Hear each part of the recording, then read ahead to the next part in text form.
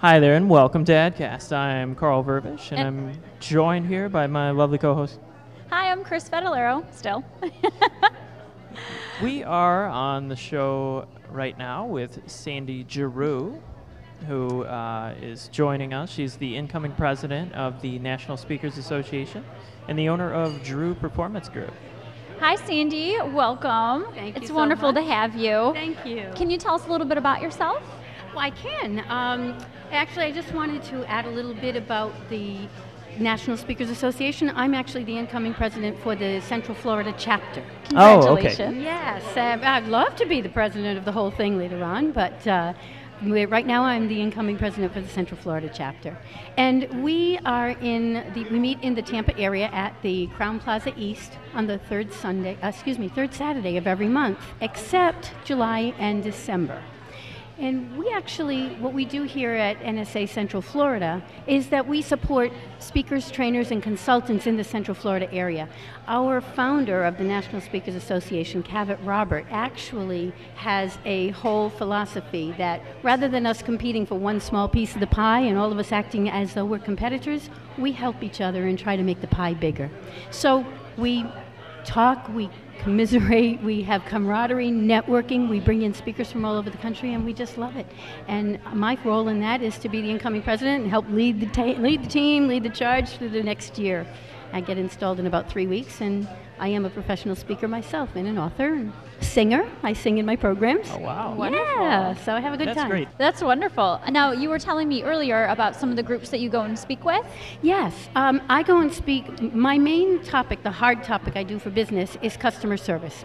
So I speak to all different groups on customer service. I do conventions and conference sessions. I do training programs at companies.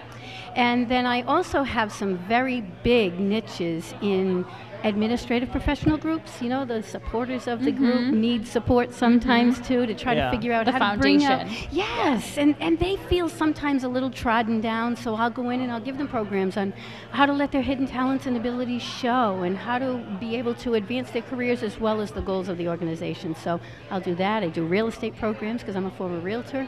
The idea is to get better and better and better with every single thing that we do, which is why you Now, actually how asked do me. you get better and better and better? Great question. You know, I brought a few tips with me tonight, knowing that your wonderful. audience might be interested in hearing, well, how do I do a better job on my presentation? So I'm going to give you 3 things to do, and then I'm going to give you a couple of things to don't. Perfect. The to-dos and to-don'ts. The to-dos and to-don'ts. So the first thing to do is whenever you're speaking to an audience, if it's a large audience or small or even a sales presentation, you have to start and end with a bang, and I mean a bang. You have to grab them. You have about 30 seconds to grab their attention or lose it.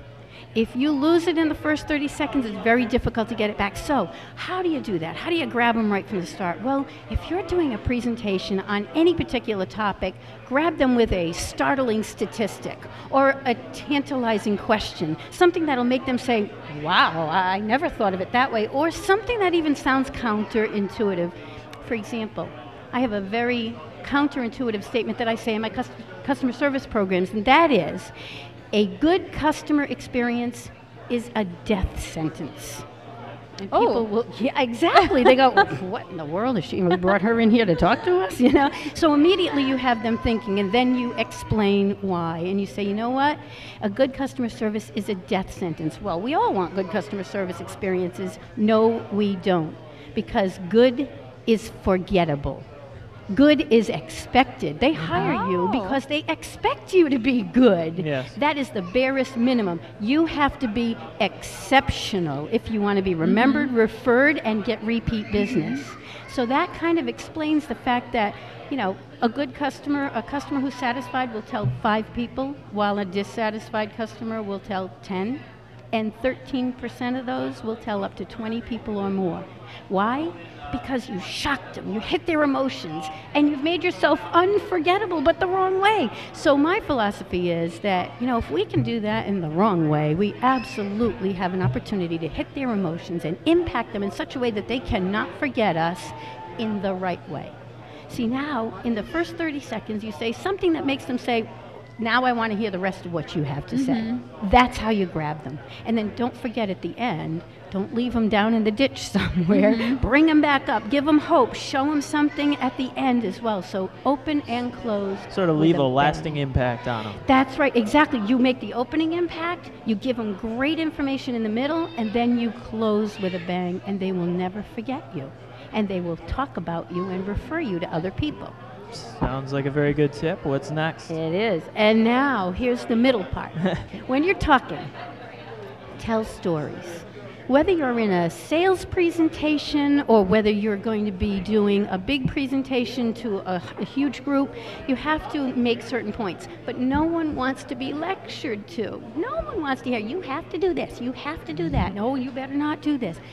And you can tell them till you're blue in the face, but they will not get it unless you tell a story that helps them see how they can apply it in their lives. For example, when I was a realtor, I could tell all my sellers, you know, your first offer might be your best one, so let's be open to accepting that even if it comes quickly. They don't want to hear that, but when I tell them the story about the sellers who got an offer within 1 week of listing their home for $275,000 and thought, oh, if we got that great an offer now, imagine what we could get if we held out for more, and then waited 9 more months for their next offer, had to move to relocate. The market slid in the meantime, and they had to take an offer for $175,000 9 months later. That hits home. You have stories in your life. That's a very good point, because that what that does is it makes it real for them. Yes. It's something tangible that they can grasp, and they can, it's anecdotal evidence, but it outlines your point very well. And it's memorable. They won't remember the point, but they'll remember the story. Sure. And you have stories in your life, so you think about, what stories do I have that I can share with other people to help them learn the same lesson? So think about the stories of your life, and how do you bring them to life in your speeches? So what's our last to do? Well, our last to do is to use your sense of humor. Always. You always. I mean, what I if you love don't to have one? Oh, find one. Buy one if you must. Hire one to stand Hire next one to you. stand next. I love, there's an old saying in the speaking business where the answer to the question, do I have to use humor in my speeches? Well, only if you want to get paid. So use your humor. And you can use it in your business. You don't have to just think about it in speeches.